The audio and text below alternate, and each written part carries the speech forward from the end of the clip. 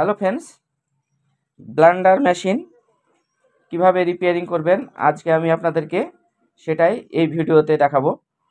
তো বন্ধুরা, এই যে দেখতে পাচ্ছেন ব্লেন্ডার মেশিনটা, এই মেশিনটা নষ্ট আছে, ব্লেন্ডার মেশিনটা চলছে না। এই মেশিনটা আজকে আমি সারিয়ে আপনাদেরকে দেখাবো। তো বন্ধুরা, সর্বপ্রথমে আপনারা মেশিনটাকে কানেকশান লাইন দিয়ে চালিয়ে চেক করে দেখবেন যে মেশিনটার আদৌ কি সমস্যা। তো বন্ধুরা দেখুন, আমি এখানে এই যে লাইন দিয়ে দিলাম। এবার মেশিনটাকে আমি অন করব, অন করে দেখব যে মেশিনটা চলছে কিনা। তো বন্ধুরা দেখুন, মেশিনটা চলছে না। তো আমি সুইচটা এখান থেকে খুলে ফেললাম। তো ব্লেন্ডার মেশিন লাইন দিয়ে যদি না চলে, তাহলে আপনাদেরকে সর্বপ্রথমে দেখতে হবে এই যে এখানে একটা ওভারলোড সুইচ দেওয়া আছে। এই ওভারলোড পড়লে সুইচটা ছেড়ে দেয়। তো এই সুইচটা সর্বপ্রথম আপনারা এভাবে অন করে দেবেন। এই সুইচটা অন করে এভাবে একবার চাপন দিলেই সুইচটা অন হয়ে যাবে। তো এই সুইচটা অন করে মেশিনটাকে চালিয়ে দেখবেন যে কি সমস্যা, মেশিনটা চলছে কিনা। তো বন্ধুরা দেখুন, এই যে সুইচটা অন করে দিলাম, এবার চালাচ্ছি। দেখুন বন্ধুরা, তারপরও মেশিনটা চলছে না। তো এই ওভারলোড সুইচ অন করার পরও যদি বন্ধুরা মেশিন না চলে, তাহলে আপনাদেরকে এই গ্রাইন্ডার মেশিনটাকে খুলতে হবে। খুলে এর ভিতরে যে মোটর আছে সেই মোটরটার সমস্যা, সেই জন্য মেশিনটা চলছে না। তো মেশিনটা, এই যে ব্লেন্ডার মেশিনটাকে খুলছি, এই যে এখানে 4টে স্ক্রু আছে, এই স্ক্রু 4টে এখান থেকে খুলে ফেলতে হবে।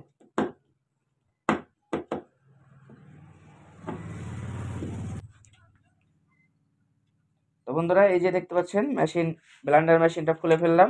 আর এই যে এটা হচ্ছে ওভারলোড সুইচ। এটা 2.2 অ্যাম্পিয়ারের ওভারলোড সুইচ এখানে এই মেশিনটায় লাগানো আছে।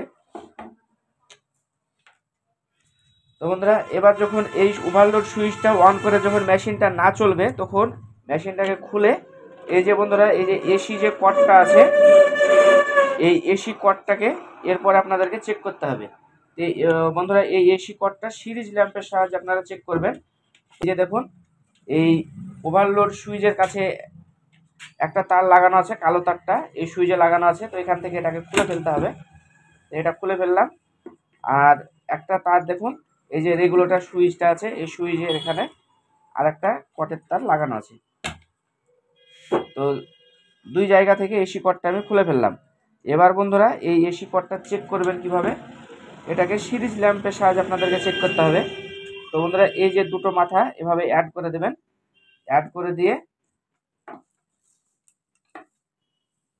এই যে বন্ধুরা, এটা আমার এসি সিরিজ ল্যাম্প বোর্ড।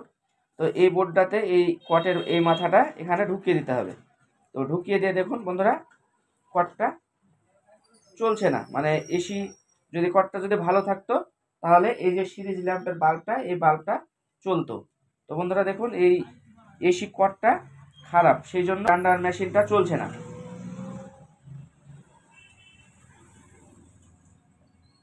তো বন্ধুরা, এই এসি কটটাকে আপনাদেরকে চেঞ্জ করে ফেলতে হবে। তো এই যে দেখুন বন্ধুরা, আমি একটা নতুন এসি কট নিয়েছি। এই কটটাকে আমি সিরিজ ল্যাম্পে এভাবে চেক করব। দেখুন, এই যে এই দুই মাথাকে জুড়ে দিলাম, জুড়ে দিয়ে এটা সকেটের এখানে ভরে দিলাম। তো দেখুন বন্ধুরা, এই যে সিরিজ ল্যাম্পটা জ্বলছে।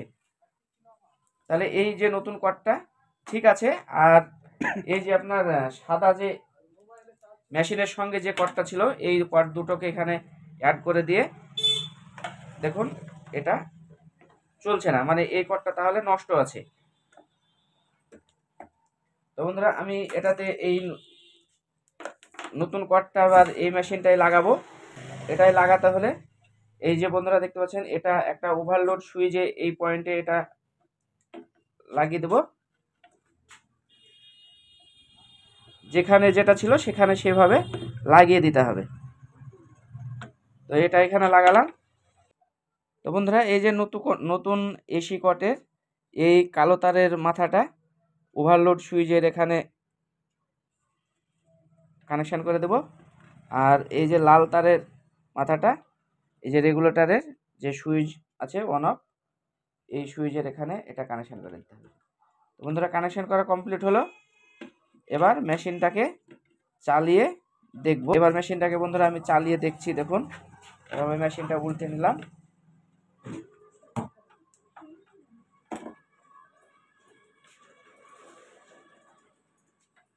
বন্ধুরা এই যে আমি এটাতে লাইন দিলাম, এবার দেখুন বন্ধুরা মেশিন ঠিক হয়ে গেছে।